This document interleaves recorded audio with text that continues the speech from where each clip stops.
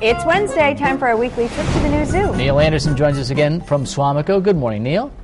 Hey, good morning. Well, we're getting ready to weigh the boa. Now, now you got to kind of think about how much you think she weighs. You guys want to take a guess?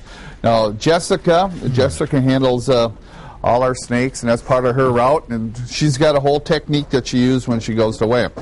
She said first she just kind of picks up from the back end, works the front end, but I have to tell you first thing Jess did was kind of pat her on the back a little bit, just to let her know that, you know what, I'm here, and how you feeling today? So things are pretty good. So what do you think, guys? So she's 10 feet long, right? Yeah, about 10 feet long. That's tough, you know? Yeah. I don't know. It's tough. Oh, okay. 90 pounds maybe, or is that 90? Okay. I like that guess. Okay, you guys are going with 90, okay? We're going to go ahead and, Jess, what do we got here? Take off 2 pounds, so 58.6. 58.6. Now, well, I'll tell you this, though.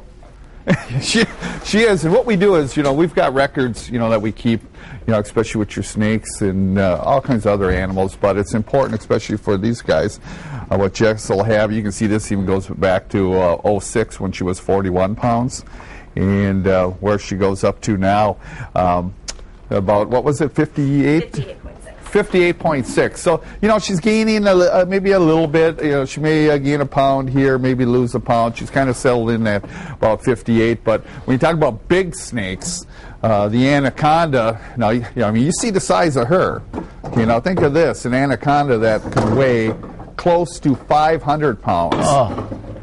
I mean, that's a huge snake. And like I say, she's usually good to work with. Jess did tell me, though, that she ate yesterday. That's always nice, too, because then she's not hungry this morning when we go to pick her up or everything. But we talked earlier about tails, too. You can see her tail is a shorter tail. That's one thing with the red-tailed boas. They do have a shorter tail. Where the tail starts and where body ends over there.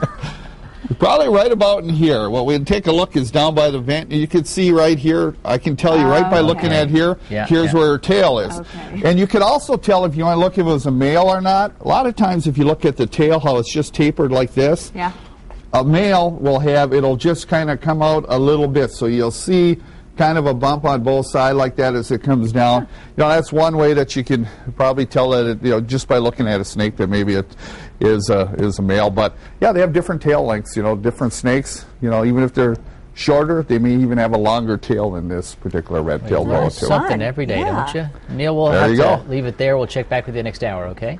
Sounds good. Thanks, Neil.